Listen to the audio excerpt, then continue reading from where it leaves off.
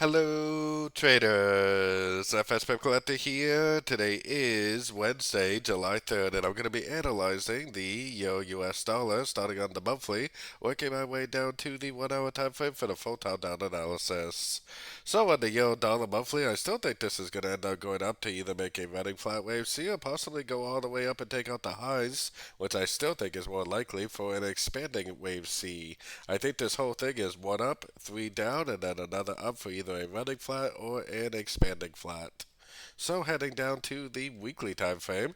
On the weekly, I'm definitely still looking at this as 5 waves up for wave 1. I still think this is a WXY of wave 2.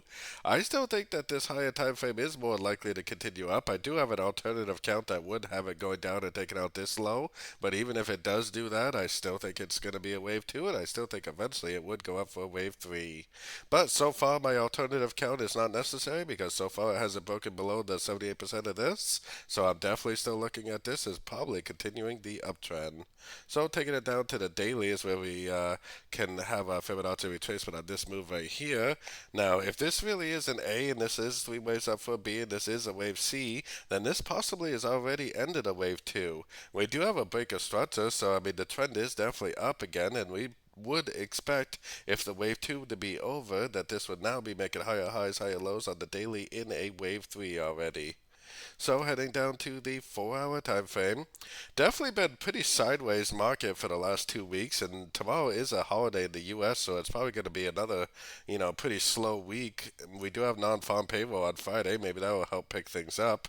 We do have a break of structure to the upside, so I would definitely be leaning towards longs. I was originally yesterday thinking this was going to go down and make an expanding flat and then continue up from there, which I still think is the most likely scenario.